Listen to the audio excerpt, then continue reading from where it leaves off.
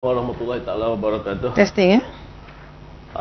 Kembali kita ke studio UTTV dalam ruangan sembang UTTV, dan bersama kita pada hari ini adalah dua tokoh besar Parti Keadilan Malaysia, iaitu YB Aziz selaku pengerusi Keadilan di Kelantan, dan YB Zuraida ahli Parlimen Ampang, Ketua Wanita dan Ketua Wanita PKR. Selamat datang ke studio pada kedua-dua orang tokoh besar PKR ini.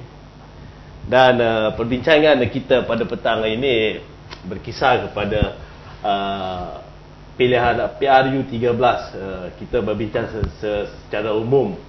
Mungkin kita boleh bincang mengenai apakah Putrajaya itu satu realiti kepada pihak Pakatan Rakyat selepas PRU 13 nanti, yang kita masih lagi tidak tahu bilakah tarikh sebenarnya untuk rakyat Malaysia memilih kerajaan dalam PRU 13 nanti.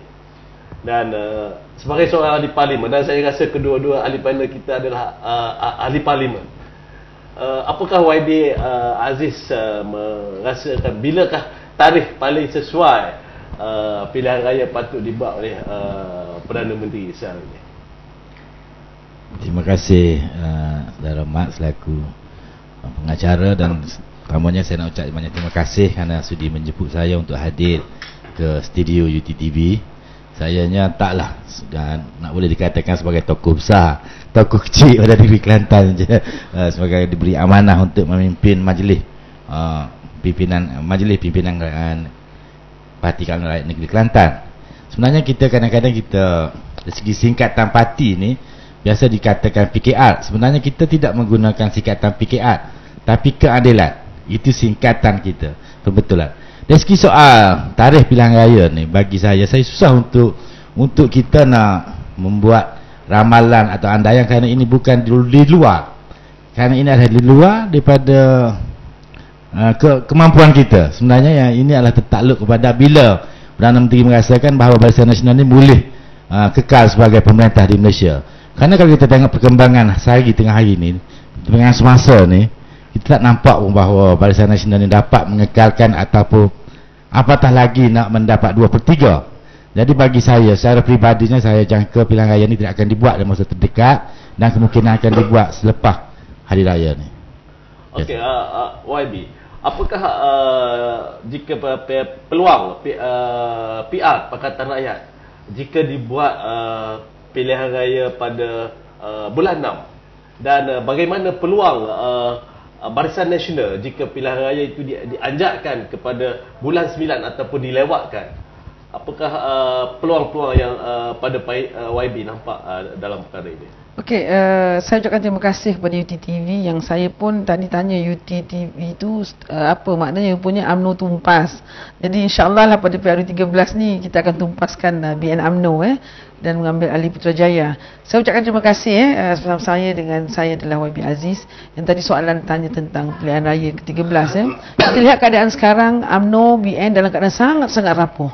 Di bawah kepimpinan Najib, yang mana tidak boleh ada ketentuan, tidak ada kepastian, banyak keraguan, sehingga kan tarikh pilihan raya tu daripada tahun lepas bulan 3, bulan 6, bulan 9 sampai 2012 kita belum lagi ada pilihan raya lagi.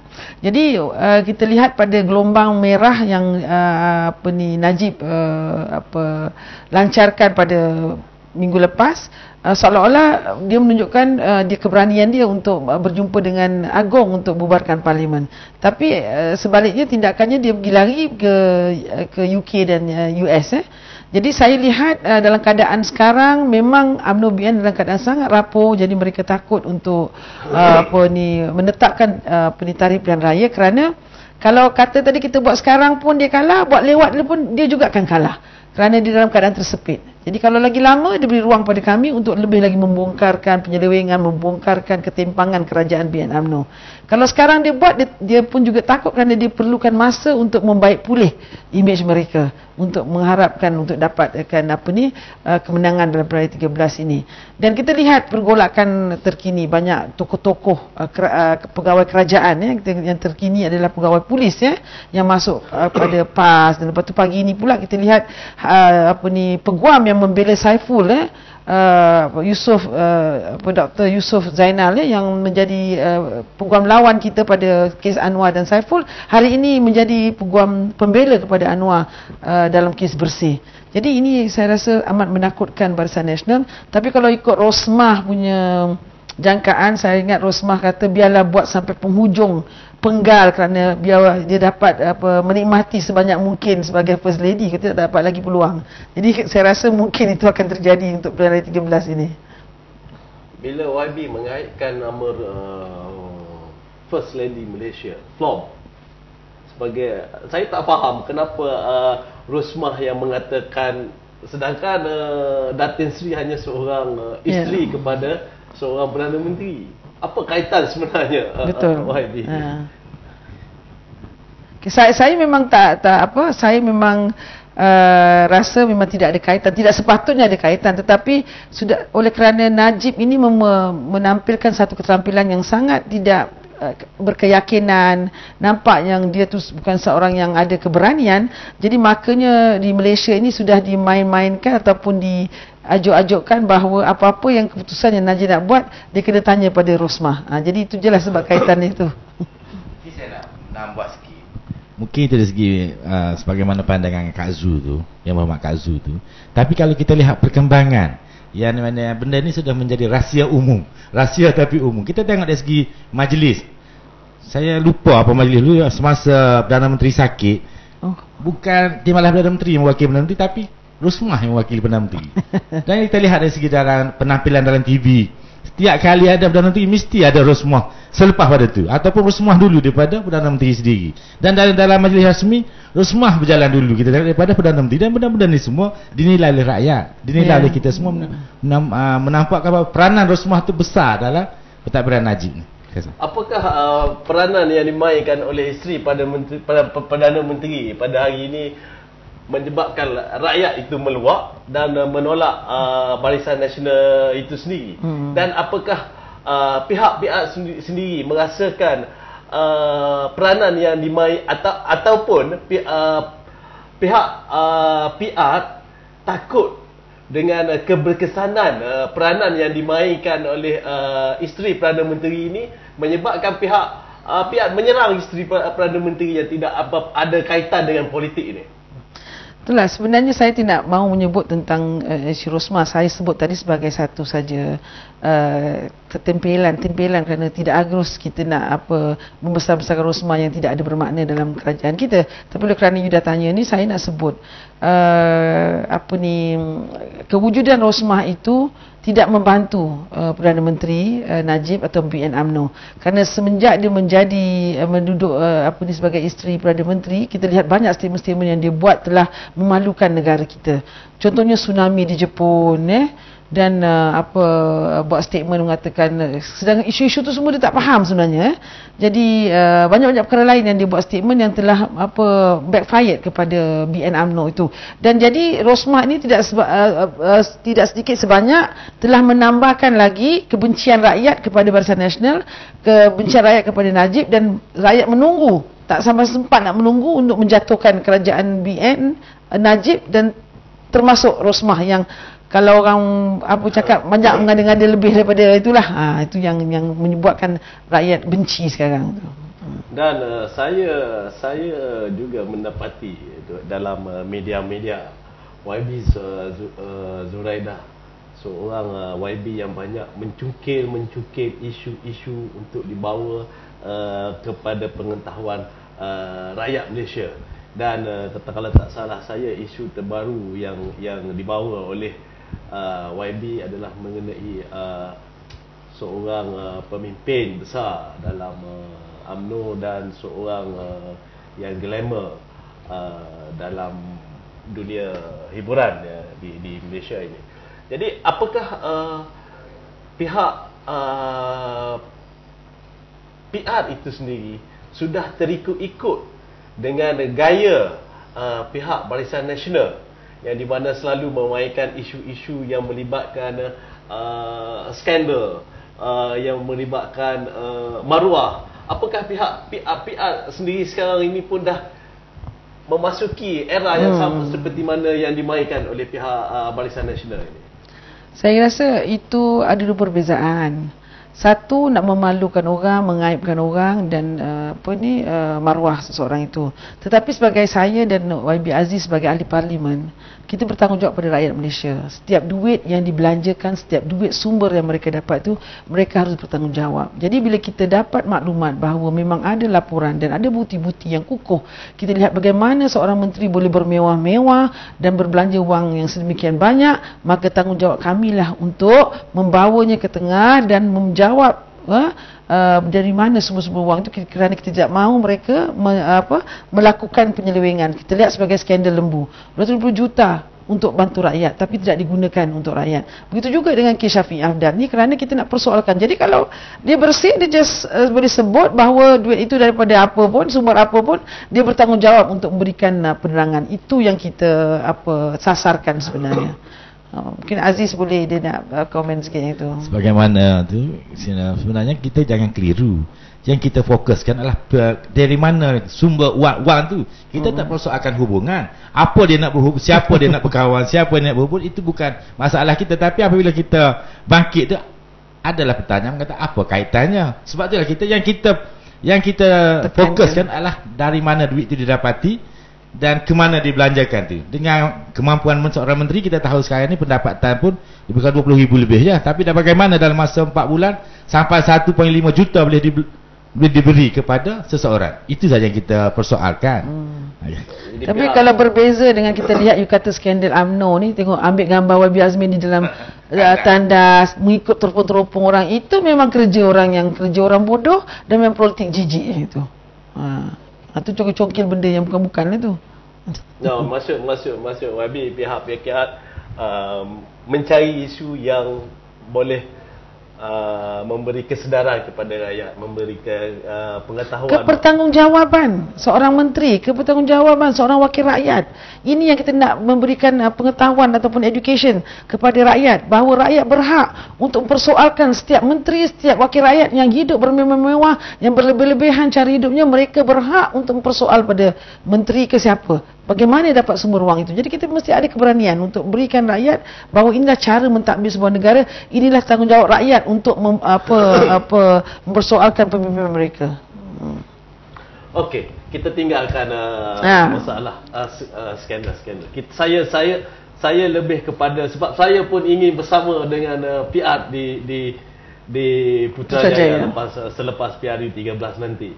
Tapi saya sedikit rasa tidak mempunyai keyakinan yang besar kepada pihak Pakatan Rakyat ini untuk menawan Putrajaya dalam PRU 13 nanti.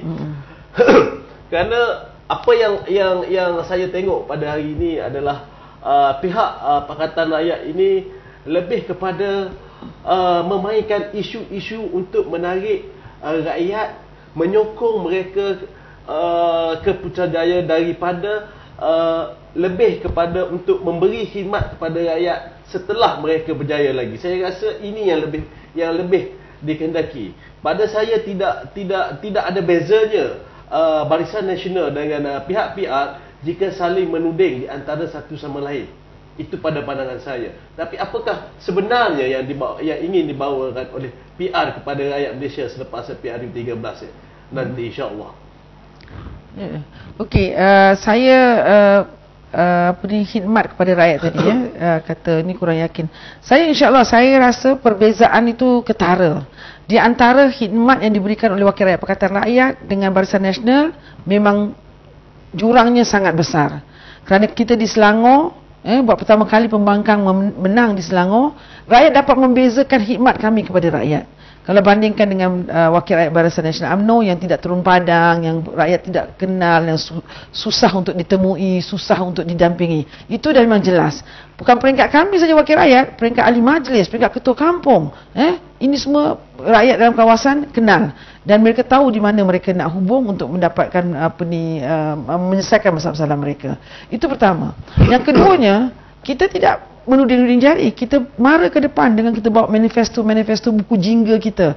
Apakah harapan rakyat? Masalah pendidikan macam PTPN. Kita akan menyelesaikan masalah PTPN. Kita akan menyelesaikan masalah Felda. Kita akan menyelesaikan masalah minyak. Kita akan menyelesaikan masalah tol. Ini perkara-perkara yang rakyat menunggu kerana bebanan yang mereka hadapi dalam kehidupan hari-harian. Maka apa yang mereka meletakkan sekarang ketika ini adalah meletakkan harapan kepada Pakatan Rakyat untuk membawakan perubahan kepada nasib dan hidup mereka. Jadi memang kalau you kata Barisan Nasional memang menuding tu, saya percaya. Kerana tidak ada kerja mencari fitnah sana fitnah sini. Tapi malah kita dah ke depan lagi dengan membawa pelan-pelan tindakan dan manifesto yang akan menarik rakyat agar ada perbezaan di antara Pakatan dan Barisan Nasional. Di antaranya adalah apa? Kita percaya dengan satu sikap transparan, telus, telus, tidak ada ketirisan, amanah. Ini yang penting. Kalau ini kita boleh laksanakan, janji-janji yang kita buat dalam manifesto itu boleh kita tunaikan, insya-Allah. Rabi ingin menambah.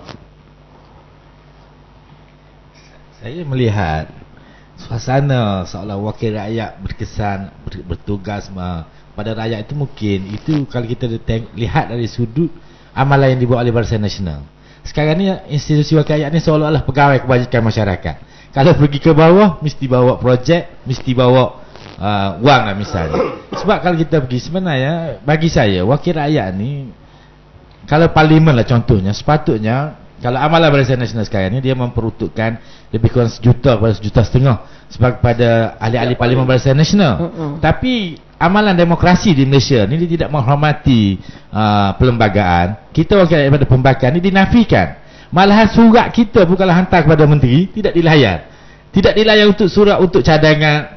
Contoh paling kecil saya ambil. Saya pernah cuba untuk menyokong permohonan ke MRSM. Apabila saya bawa surat yang berlogokan ahli parlimen Ketere, ada, saya minta maaf tak boleh sebut nama lah, ada yang bagi tahu kalau boleh tolong buat surat daripada ibu bapa tu, jangan bawa surat YB ni.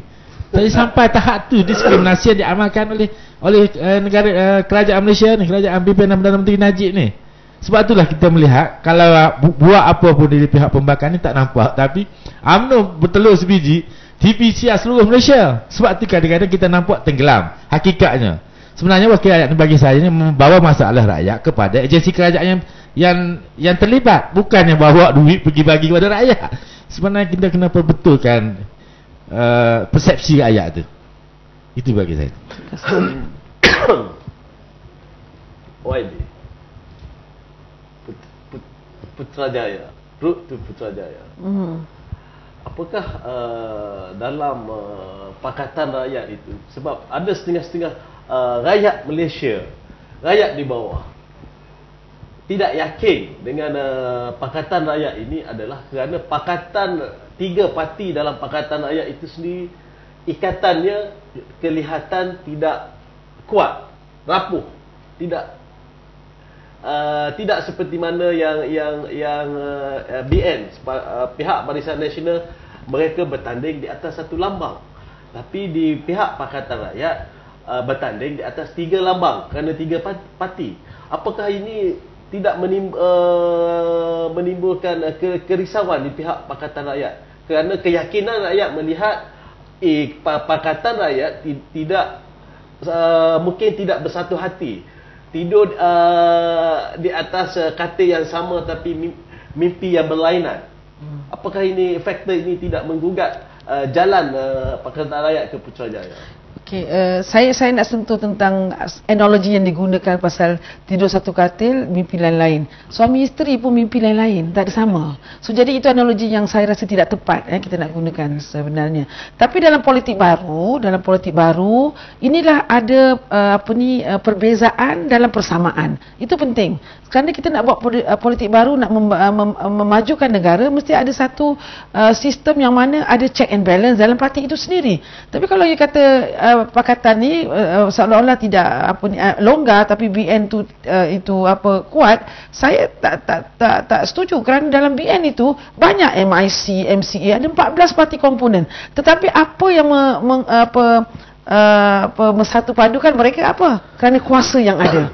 Kuasa yang ada, maka semua tak berani untuk menentang dan memberi bawa perbezaan, kerana akan diambil balik kuasa, kedudukan dan harta. Jadi mereka just jadi empat turun. Tapi dalam kita Pakatan Rakyat, kita buat politik budaya baru, itu semua menjadi perkara nombor 2. Tidak ada jawatan, tidak ada kekayaan, tidak ada kedudukan. Jadi semua yang memperjuangkan dalam Pakatan Rakyat ini adalah atas ikhlas demi kepentingan rakyat. Ya?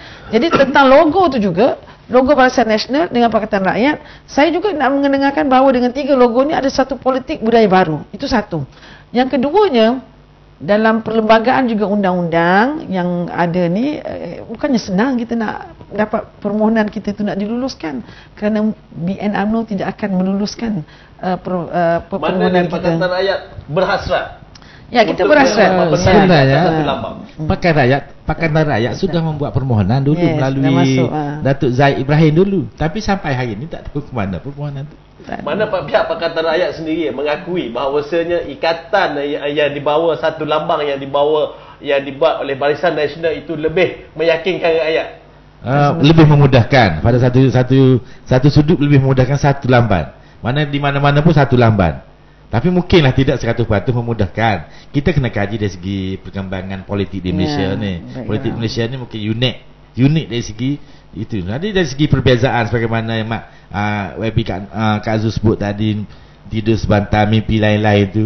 Dan soal mana-mana ikatan sekalipun, mana-mana kerjasama sekalipun, kalau kita nak cari 100% boleh setuju, tak ada. Itu mustahil. Tapi kita ada persamaan. Itu yang kita perjuangkan. Yang perbezaan kita kena raihkan lah. Dalam Barisan Nasional sendiri pun, kata ya ada nampak aja, tapi di dalam ni kita tahu. Contoh wanita keadilan wanita MCA di Melaka. Sekarang ni bermati-mati pertahankan kehadiran dia di Perhimpunan Bersih.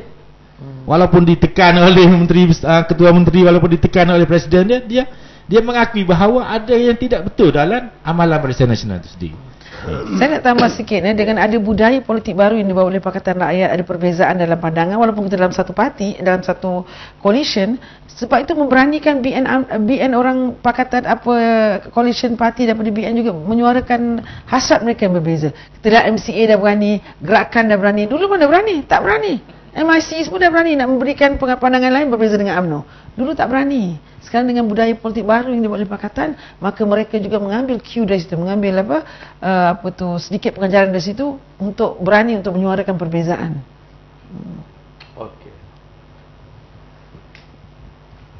Politik baru. Pakatan Rakyat dengan ikatan yang tidak kukuh, Barisan Nasional dengan komponen-komponen parti yang disatukan di bawah satu lambang. Dan pemilihan rakyat pada PRU 13 nanti adalah sama ada memilih satu lambang yang buruk ataupun satu ikatan yang baru yang dalam proses ke arah menuju ke satu lambang. Apa yang saya nak perkatakan di sini adalah pengundi muda. Dan dalam PRU 13 ini, dan mana-mana PRU pun pengundi baru dan pengundi muda biasanya akan menentukan kemenangan kepada mana-mana belah pihak, sama ada pihak pembakar ataupun pihak kerajaan. Tapi dalam senario suasana politik Malaysia pada hari ini, kelihatan pengundi muda ataupun orang-orang muda ini lebih mendahului. Hingga kan di peringkat pelajar kita ada Adli Adam Adli muncul secara tiba-tiba dan mendapat sambutan yang agak membangsakan daripada orang muda. Ini mungkin saya boleh istilahkan, boleh katakan ini seperti zaman Datuk Seri Anwar Ibrahim di zaman beliau di universiti. Apakah orang muda ini tertarik dengan PR Pakatan Rakyat atau PKR itu sendiri kerana aura Datuk Seri Anwar Ibrahim, atau orang muda ini melihat mereka perlu merubah kerajaan pada hari ini, tak kira siapa pun yang memimpin, pada pandangan orang. Terima kasih lagi, memang dari segi kepimpinan, kita untuk menonjolkan satu pasukan, mesti kita ada ketua pasukan yang mampu untuk membawa pasukan ke sana. Kalau tidak, rakyat akan persoalkan siapa yang akan menjadi Perdana Menteri ataupun yang akan memimpin. Dan dari segi orang muda ni, kita Pakatan Rakyat ni, kita telah menonjolkan contoh yang paling jelas dalam parlimen sekarang ni. Dalam Parti Keadilan, kita ada Nurul Izzah, kita ada Yusmadi Yusof. Dalam DAP kita ada Tony Phua, Citon. Dalam PAS kita ada Saudara Nasir. Mana kita ramai pemuda yang bersama-sama dengan Pakatan Rakyat sebagai ahli parlimen. Tapi kalau tengok daripada belah barisan, kita ada Khairi Jamaluddin dan naik ketua muda UMNO saja, Saudara Razali, Datuk Razali Ibrahim. Jadi kita lihat golongan muda pun untuk membawa suara orang muda ni mesti terdiri pada golongan muda itu sendiri. Kerana kita faham dia lebih faham tentang perasaan dan kehendak orang muda. Dan kita juga jangan ingat dalam pilihan, kita juga jangan lupa dalam pilihan raya kita sekarang ni, pengundi wanita yang paling besar. 50% pengundi kita sekarang ni wanita. Jadi wanita yang akan menentukan kemenangan kita. Sebab itulah sekarang ni UMNO banyak lagi bergantung pada undi wanita, kerana biasanya wanita ni tidak didedahkan dengan maklumat-maklumat terbaru, yang hanya mendapat maklumat daripada TV dan paling-paling itu pun utusan Malaysia. Sebab itulah mungkin kalau Kak Zul boleh menambah soal ni. Okey, dari segi undi anak muda, kita lihat perhimpunan bersih 28 April yang lepas, 70% yang hadir itu adalah anak muda. Jadi saya rasa anak muda akan menjadi penentu juga dalam pilihan raya yang ke-13 ini, selain daripada wanita yang YB Aziz sebut tadi. Jadi kita menjadi selaku Ketua Wanita Keadilan, kita telah merancang dengan Wanita Pakatan Rakyat juga bagaimana kita nak mendekati dengan pengundi Melayu, pengundi wanita ini, kerana wanita ini tidak terdedah dengan ceramah-ceramah mereka macam TV dan juga misalnya surat khabar arus perdana. Jadi kita telah buat langkah-langkah tertentu untuk mendampingi wanita-wanita di kawasan ini, apatah lagi dalam keadaan UMNO rapuh apabila menteri wanitanya digugurkan, tidak mampu untuk meletakkan seorang wanita untuk menjadi menteri wanita. Najib mengambil alih tugas itu. So jadi ini menunjukkan bahawa wanita UMNO terutamanya tidak relevan lagi dalam perjuangan wanita Malaysia ini, tidak mampu tidak mampu dan tak berupaya untuk menegaskan kepada Najib bahawa sepatutnya seorang wanita diletakkan sebagai menteri wanita. Ya? Jadi dengan kedudukan yang ini, kita nampak wanita UMNO itu rapuh, dan maka Wanita Pakatan Rakyat akan menggunakan kesempatan ini untuk mendampingi orang perempuan agar beralihkan undi, beri keyakinan dan nekat untuk undi kepada Pakatan Rakyat. Okey, bercakap berkenaan wanita, dan kebetulan YB sendiri ketua wanita di dalam PKR. Apa yang saya lihat di sini, dalam UMNO, dalam UMNO dia ada wanita, dia ada puteri, dan dia ada aktiviti dia. Dan dalam beraktiviti UMNO dalam Barisan Nasional ini, dia tak ada konflik sebab semua faham. Tapi dalam Pakatan Rakyat itu sendiri, kalau dalam PAS dia dikenali dengan muslimat. Dalam PKR mungkin keadilan dan dikenali dengan wanita. Jadi konflik di sini adalah daripada dulu lagi. Bila disebut orang PAS ni, dia akan bertudung labuh, berpurdah mungkin. Tapi macam mana dan PKR sedikit kita nampak parti yang lebih agak terbuka, liberal, sebab dia dianggotai oleh pelbagai kaum. Tidak seperti PAS, walaupun PAS disertai oleh pelbagai kaum yang Islam, tapi dari segi sudut ini, macam mana pihak PKR, DAP dan PAS menyesuaikan diri dalam program-program yang disertai yang untuk meyakinkan rakyat di bawah, rakyat di luar di sana bahawasanya pihak PAS sudah tidak ekstrim dan pihak PKR boleh menerima apa yang berlaku dalam pakatan itu sendiri. Okey, saya rasa tidak menjadi isu kerana politik baru ini adalah politik yang tidak membezakan kaum. Kerana seorang pejuang politik, seorang negarawan harus memikirkan tentang kebajikan semua bangsa, tidak kira Melayu, Cina, India dan sebagainya. Jadi keterampilan, keadilan dengan PAS, yang muslimatnya, yang wanitanya, dengan DAP-nya memberikan satu kekuatan, satu kelebihan bahawa cuba lihat, sebuah parti ini kita boleh duduk tiga bangsa bersama dan memperjuangkan nasib rakyat. Itu satu pendekatan politik baru yang rakyat sekarang menunggu di bawah sana. Dia tidak mahu lagi politik perkauman. Kalau UMNO tu juga orang Melayu, MIC dengan India, MCA dengan Cina, dia tak mahu lagi dah yang itu. Terutama sekali kita cakap tentang pengundi-pengundi muda, mereka hendakkan ini ada satu gabungan dalam kepelbagaian ini, menunjukkan bahawa kita boleh berbeza pendapat tapi kita ada persefahaman dan kita lebih memahami antara sama lain. Kalau dulu orang Cina MCA tak faham tentang Islam, MIC tak faham tentang Islam, tapi alhamdulillah kita DAP faham tentang Islam dengan adanya PAS. Keadilan yang memain peranan sebagai orang tengah dapat menyatukan, dapat memberi kefahaman kepada dua pihak ini agar ada satu balance dalam Pakatan Rakyat ini. Jadi saya rasa itu menjadi kelebihan kepada kita, bukan menjadi kekurangan ataupun menjadi satu kelemahan bagi kita. Menjadi satu tarikan yang baru, di mana kalau di dalam puteri UMNO, dalam wanita UMNO tiada keistimewaan, di mana dalam bila ada majlis yang dikelolakan oleh pihak Pakatan Rakyat, orang yang berpurdah boleh datang, orang yang pakai skirt boleh datang, orang yang tak pakai tudung pun tak ada masalah betul. Mana blok tersebut telah berubah. Cuma saya nak sebut tentang wanita UMNO ni, walaupun pergerakan tu, walaupun wanita UMNO tu dah lama, tapi pergerakan dan pendekatan mereka masih lagi di tahap yang ortodoks, yang lama sebenarnya.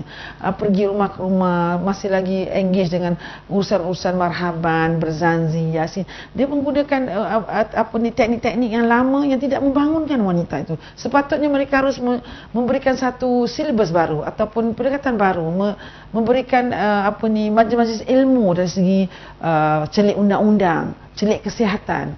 Yang ini akan memajukan wanita dalam negara kita, tapi mereka masih approach-nya masih lagi biarkan orang-orang perempuan ini tidak celik maklumat, tidak celik itu, dan diberikan program-program yang seperti saudara sebut tadi, dan diberikan ganjaran-ganjaran, baju lah, hadiah dan sebagainya. I think kita kena berbeza daripada itu. Wanita UMNO di sini. Apakah YB berhasrat ini membantu wanita? Saya memang dalam parlimen sini sebut Aziz, saya selalu sebut kenapalah Kementerian Wanita masih lagi berwajahkan berbentuk kebajikan. Tidak boleh lagi, kita tidak boleh ambil pendekatan itu. Kita mesti ada pendekatan baru adalah untuk membangunkan wanita agar mereka lebih berilmu, berpengetahuan, lebih celik dengan sebelah-sebinya, barulah wanita itu akan maju dan negara akan maju. Pandangan meretasi parti. Kita nak melihat kepada pembangunan wanita itu sendiri. Jika ditakdirkan PR memerintah Malaysia selepas PRU 13, dan jika ditakdirkan juga YB dilantik sebagai Menteri Wanita Malaysia, apakah perubahan yang pertama yang akan dibawa oleh YB dalam membangunkan wanita di Malaysia hari ini? Saya akan rombak Kementerian Wanita itu. Kerana ketika ini Kementerian Wanita itu berperanan sebagai satu kementerian cebisan sahaja.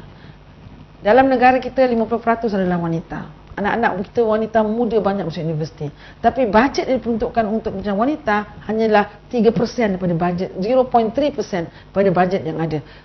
Sebanyak hanya 2 bilion saja daripada 230 bilion. Itu menjadi satu ketimpangan untuk memajukan wanita. Sekali saya menjaga portfolio ini, saya pastikan bahawa Kementerian Wanita itu ada di semua kementerian, ada wakil di semua kementerian, agar polisi dan dasar-dasar yang negara kita telah menandatangani untuk penyertaan wanita semua peringkat, ada untuk dilaksanakan di semua kementerian dan bukanlah hanya sebagai kementerian ketepilan.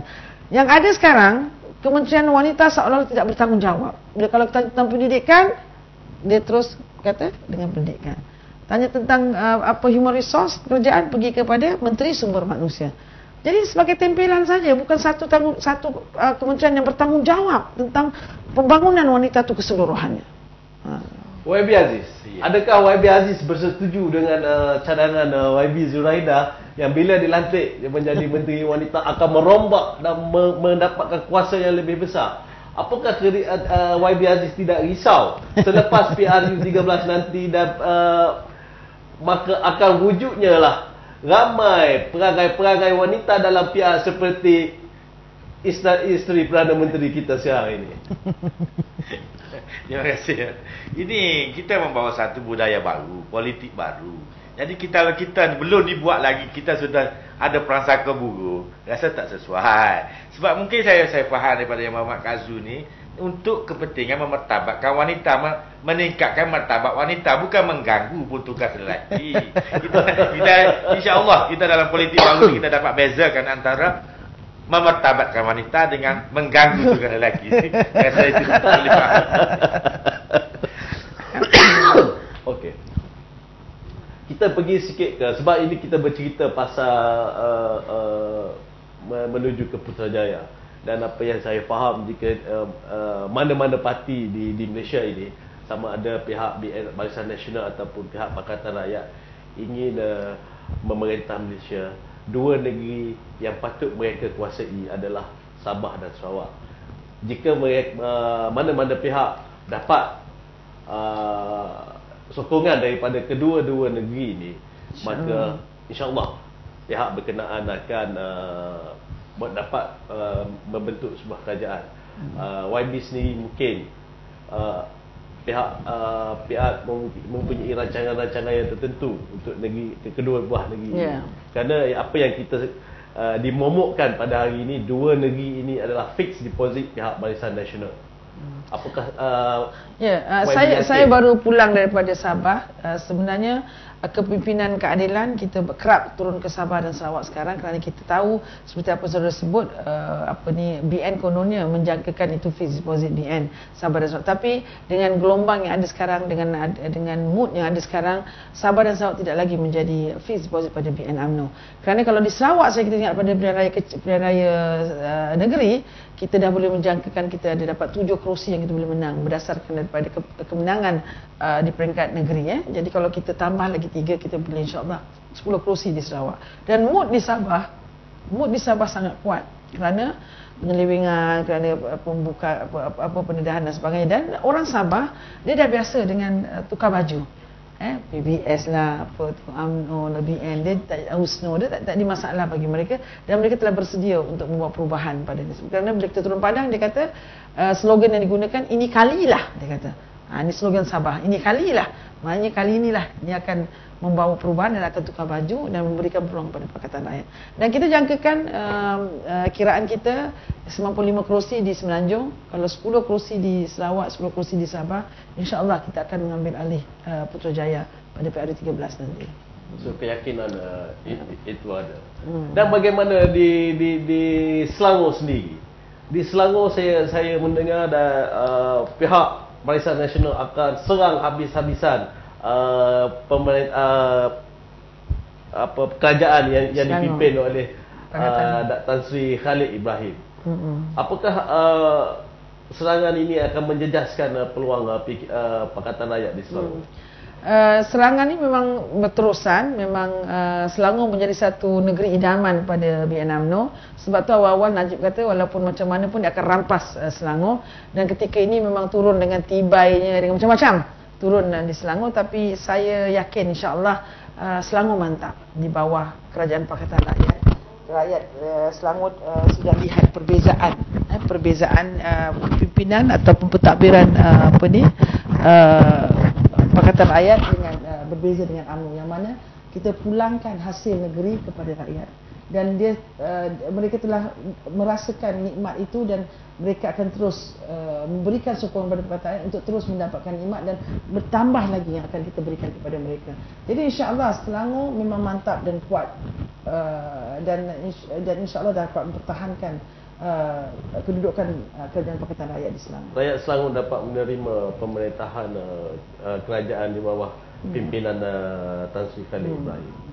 Lebih baik daripada sudah tentu lebih baik daripada Datuk Sri Akhir Toyo sebelum ini. Sudah tentu Akhir Toyo dengan skandal, dengan apa yang terdedahkan, memang dah tak laku lagi lah Barisan Nasional UMNO di situ. Tapi memang kita tahu serangan tu hebat. Dengan apa yang penting yang kita sedikit kita geruni adalah pengundi-pengundi hantu yang kita sebut, yang daripada warga-warga asing. Di pertambahan di negeri Selangor saja setakat 2011 suku ketiga 340,000 pengundi baru. Yang kita tak dapat tidak rasmi sampai sekarang ada 500,000 pengundi baru yang dimasukkan di negeri Selangor. Jadi inilah yang tengah kita tangani dan tengah mengatur strategi pada jentera bagaimana hendak mengatasi masalah ini. Mana kemasukan pengundi-pengundi baru atau pengundi-pengundi hantu ini sudah disedari oleh pihak Pakatan Rakyat. di Dan Selangor. ini adalah strategi jahat yang utama akan digunakan oleh pihak Barisan Nasional untuk menggulingkan kerajaan Selangor di dalam PRU13 nanti. Baik, kita masa lebih kurang dalam 10 minit rancangan kita. Jadi soalan saya, PR Pakatan Rakyat, PKR, PAS, DAP di Kelantan, saya nak bawa sikit kat Kelantan. PKR di Kelantan lemah. Dan ada setengah-setengah pihak mengatakan tidak perlu wujudnya PKR di Kelantan. PKR pergilah ke negeri-negeri di sebelah pantai barat sana yang kuat untuk memperkasakan PKR dan PR itu sendiri, dan biarlah PAS menguasai Kelantan 100%. Tak perlu PKR, tak perlu DAP berada di Kelantan ini. Apa pandangan YB sebagai orang Kelantan cakap dulu? Okey, saya rasa itu adalah pandangan mungkin orang yang sempit politik. Kerana seperti saya sebut tadi, politik budaya baru ini kita nak bawa. Jadi Kelantan ni kuat di sini PAS kerana memang sudah bertapak lama. Keadilan parti baru itu kita terima hakikat itu. Dan kerjasama pakatan itu penting. Kalau satu parti saja komponen mungkin tidak boleh keseluruhannya memenangkan kita dalam peringkat state ataupun peringkat Putrajaya nanti.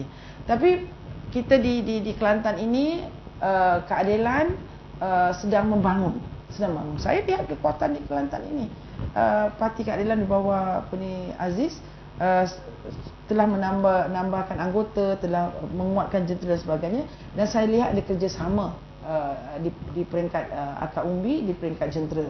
Cuma oleh kerana kerajaan Kelantan ini telah selama 20 tahun tu diperintah oleh PAS, maka keadilan di Kelantan ni harus belajar untuk menyerapkan diri atau menyesuaikan diri dengan sistem yang ada dengan kerajaan Kelantan. Tapi tak molek kalau dia kata, kalau pula kata baik pergi tempat apa tak. Jadi kalau semua DAP pergi satu tempat, keadilan satu tempat, jadi tidak ada lagi pakatan, maka tidak boleh kita menumbangkan kerajaan Barisan Nasional. Jadi kita kena, yang itu kita kena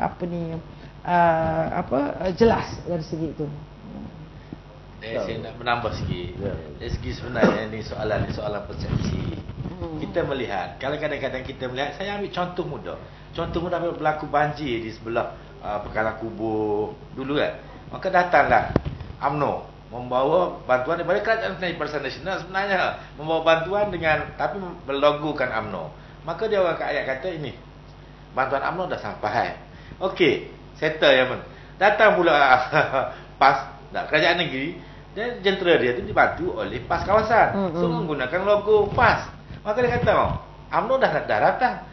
PAS dah datang. Mana keadilan? Jadi kadang-kadang kita persepsi itu kita silap. Ini negeri. Ya, Barisan Nasional kerajaan pusatnya, PAS dengan kerajaan negerinya. Keadilan takkan datang nama parti. Parti ini memang tak boleh memegang duit. Tak boleh berniaga. Cuma parti ini mengharapkan ihsan daripada penderma, pemegang jawatan, memberi derma. So, persepsi rakyat tu melihat bahawa peranan keadilan itu sendiri terkebelakang. Dan sebagaimana yang YB Kak Zul cakap tadi, PAS dalam tapak di Kelantan. Tapi Alhamdulillah, kita perlu berterima kasih kepada keadilan saya dan rakan-rakan, mana kita ni jadi pembantu yang baik.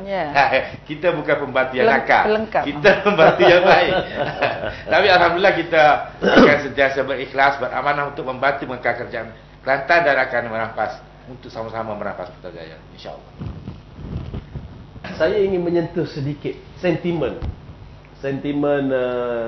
rakyat Kelantan, kerana ada YB berdua adalah ahli parlimen dan YB Aziz ni daripada Kelantan, berkenaan dengan royalti minyak yang baru-baru ini di kecoh di Bukit Jalil, dan yang mana Tan Sri Anwar Ibrahim, Tan Sri Anwar Musa telah daripada pihak UMNO telah menyokong tuntutan royalti minyak rakyat Kelantan ini. Tapi saya tak nampak seorang pun daripada PAS baik, PKR baik, DAP baik yang menyokong hasrat rakyat Kelantan untuk menuntut royalti minyak. Adakah bagi pihak PR ini tuntutan yang tidak bermakna? I think saudara silap, kerana dalam buku jingga kita, dalam manifesto kita dah tulis kat situ, kita menang Putrajaya, royalti minyak kepada semua negeri yang keluarkan minyak 20% akan diberikan, termasuklah Kelantan, Terengganu, Sabah dan Sarawak tak salah yang mengenai minyak. Itu dah memang termaktub dalam kita punya manifesto. Dia tak payah dipersoalkan lagi yang itu. Walaupun negeri berkenaan diperintah, saya andaikan dalam PRU 13 nanti PR menang di Putrajaya dan di Kelantan ini dikuasai oleh pihak UMNO Barisan Nasional. Apakah 20% seperti yang dijanjikan dalam buku jingga tetap diberi kepada kerajaan InsyaAllah dan pemerintah? kita menepati janji, kita tidak akan memungkiri janji, kerana 20% yang kita berikan itu untuk rakyat, bukan untuk parti BN UMNO, untuk rakyat. Itu yang penting. Untuk rakyat, bukan untuk kerajaan. Untuk rakyat. Tapi kita juga menghormati kerajaan yang dipilih oleh rakyat. InsyaAllah kita akan, politik baru akan merubah segala apa amalan yang dibuat oleh Barisan Nasional. Saya nak bujuk balik kepada soal tanda tangan ni. Sepatut tanda tangan itu mestilah disokong dengan perbuatan dan arahan kepada bawah. Kita lihat bagaimana ucapan timbalan Ketua UMNO Ketereh. Dia hanya menyokong untuk dibawa ke mahkamah, bukan menyokong supaya royalti itu diberi kepada Kelantan sebagaimana yang Amat Mulia Tengku Razali cakap. Tak ada pun cakap. Mungkin itu gimmick politik untuk pilihan raya. Ini kita tahulah, mengenali individu tersebut, maka biarlah kita berfikir pun secara biasalah. Saya tak hairan dan tidak terkejut dengan bentuk. Tapi kalau Mak kata tadi tak ada sokongan daripada keadilan, tak ada sokongan daripada PAS, DAP, tak betul. Dalam parlimen yang bermati-matian menuntut royalti dibayar pada Kelantan, wakil rakyat daripada Pakatan Rakyat lah. Dan UMNO yang mencipta berbagai undang-undang yang tak sepatutnya digunakan, tapi digunakan untuk menafikan hak Kelantan. Jadi saya rasa silaplah kalau kata tak ada sokongan yang padu daripada Pakatan Rakyat. Okey, YB, sebelum kita berakhir, saya YB memberi apa-apa pesanan kepada seluruh rakyat Malaysia yang dapat mengikuti siaran kita pada petang ini. Okey, saya sekali lagi ucapkan terima kasih dan berikan ruang untuk saya bersama-sama dalam UTV ini. Jadi saya harap rakyat Malaysia yang mendengar siaran ini untuk berusaha untuk membawa perubahan kepada kerajaan pemerintahan Malaysia ini, kerana saya percaya dengan peluang yang diberikan pada Pakatan Rakyat pada PRU 13 ini, insya-Allah akan bawa lebih banyak kebaikan dan perubahan pada nasib dan masa depan anak-anak kita yang perlukan satu perubahan yang drastik agar mereka dapat hidup sejajar ataupun setanding dengan negara-negara luar, dan anak-anak kita ini dapat mencapai satu hidup yang lebih bermakna di negara yang tercinta ini, yang banyak hasilnya dan sebagainya. Dan saya haraplah dengan peluang yang diberi kali ini, rakyat akan dapat menilai dan lepas itu mungkin akan dapat membuat keputusan yang lebih bijak lagi dalam memilih kerajaan untuk memerintah negara kita ini. Saya juga nak ambil kesempatan untuk mengucapkan terima kasih kepada Yang Berhormat Kak Zu kerana sudi hadir membantu Kelantan, Pakatan Rakyat di Kelantan, dan juga mengucapkan terima kasih kepada UTTV kerana menjemput untuk sama-sama menyampaikan hasrat dan cita-cita bagi apakah yang kita nak bawa untuk Malaysia di masa hadapan. Jadi pesanan ringkas saya, permohonan ringkas sayanya, saya menyeru pada rakyat Malaysia semua supaya bertindaklah dengan penuh amanah dan telus, dan berfikirlah untuk masa depan negara kita dan mencarilah maklumat yang sebanyak-banyaknya supaya kita memilih insya-Allah dalam pilihan raya ke-13 ni bukan kerana sentimen, bukan kerana wang ringgit ataupun kebendaan, tapi biarlah kita mengundi kerana untuk sayang negara dan sayang kepada anak cucu kita, insya-Allah. Sekian wabillahi taufiq. Assalamualaikum warahmatullahi wabarakatuh. Okey, terima kasih ucapkan kepada kedua-dua tetamu UTTV pada hari ini, dan saya bagi pihak UTTV juga ingin menyatakan di sini bahawasanya apapun yang berlaku dalam PRU 13 nanti adalah pilihan rakyat, dan nilailah dengan pilihan yang terbaik untuk membentuk kerajaan yang mahu disokong. Dan kepada rakyat Kelantan dan kepada para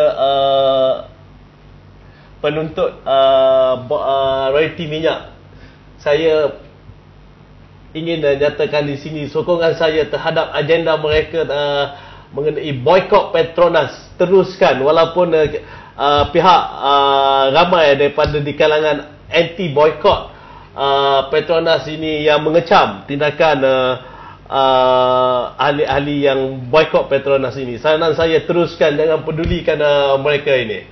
Assalamualaikum warahmatullahi wabarakatuh.